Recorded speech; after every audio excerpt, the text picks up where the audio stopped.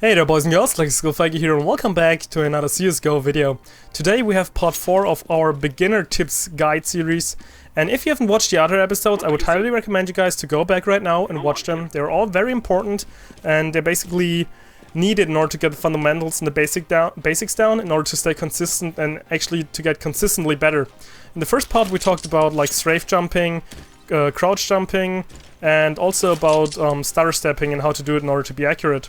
The second part was about, let me think again, about the crosshair placement, right? So basically how to aim, where to aim, and how to improve it. I also was giving some really good tips, at least in my opinion, on how to improve it and just like always have some sort of orientation point to look at. In part 3 we did learn a little bit about callouts and communication and how to get them down quickly and easily. And we will also, in this episode now, learn something about the weapons. So I'm on the T side right now, so let's go back to T-spawn. And there are a couple of weapons that you can buy from the buy menu, of course. You first of all have the pistols, like the Huandig right here.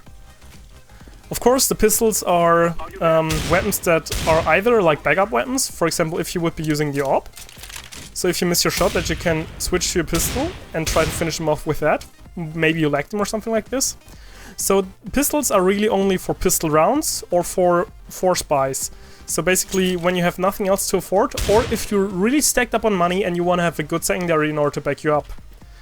The next one would be the heavy weapons. With the exception of these two, like the Negev, the heavy weapons are mostly like right here shotguns. The most common one's probably the Nova. And those are also like eco weapons. You basically want to use them on an eco round. And the thing about these weapons is that with the shotgun you get 3 times the kill reward. So instead of 300 you will get 900. So this is actually quite handy if like you just want to shoot them in the head. Of course those weapons are a little bit more situational. They're not as strong as the AWP or as the other rifles.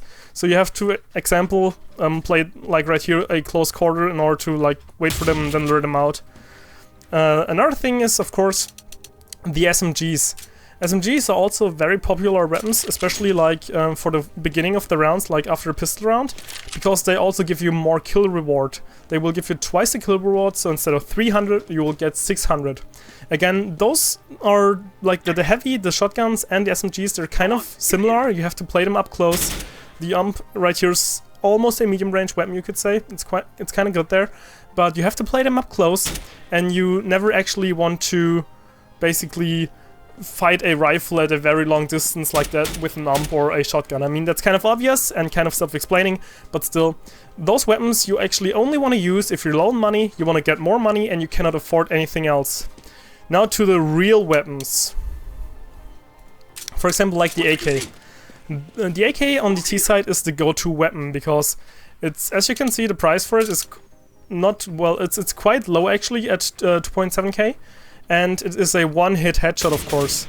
So this means that the AK is a super, extremely potent weapon. I mean, as soon as you get the recoil down and you know the pattern a little bit, you can really like just tap fire and pinpoint enemies and just kill them left and right. So you always want to go for the AK. Of course, there are other roles, for example, like the AWPer. The AWPer is the guy that uses the AWP. Of course, the thing with the AWP is it's super expensive at $4,750, so you cannot, no matter what, buy it every round. So even if you're an AWPer, you have to get good with the rifles as well, in case you cannot afford one. That's super important, guys. I cannot stress this enough. Even if you're the main super Kenny S AWPer, learn your rifles. It's super important. And yeah, last but not least, we would have, besides the gear, the grenades. Grenades are something that you should always buy when you have a full buy, but you shouldn't bother too much getting all the nades on eco rounds. So like something like one flash or one smoke should be enough most of the time, because all you want to do, for example, in an eco round when you're rushing down here, let me get like an MP7 or something, which is one of the more expensive ones. Also, before I forget it, the P90 is the only weapon that will cost quite a lot and will not give you the twice kill reward. So the thing is now, for example, if you're in an eco round, you cannot afford a gun like the AK or any other real weapons and you have to go with an SMG or a shotgun. usually you don't want to buy all the nades. You want to do, like, eco rounds are there to do damage, as much damage as possible. If you win them, it's even better because you're actually expecting to lose. So the best thing you can basically do is like 2 nades. When you want to rush down mid or something like this, and you do something like that. And you can just come out and just pray and pray and go wild and try to hit the Opera, which is probably standing like right there.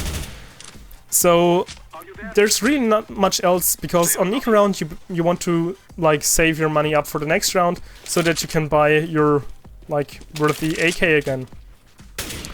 And I think, yeah, this already should give you guys a quick idea of which weapons, when to use them. If it wasn't quite as clear as I think it was, please let me know in the comment section down below, and I will make a specific follow-up video to when to buy and when to not buy eco rounds, and I will explain all of that stuff, which should be coming in another video anyway, so yeah, don't mind what I just said, I fucked that up. But yeah, I think it's much all for now, so I hope you enjoyed the video. Let's go figure out.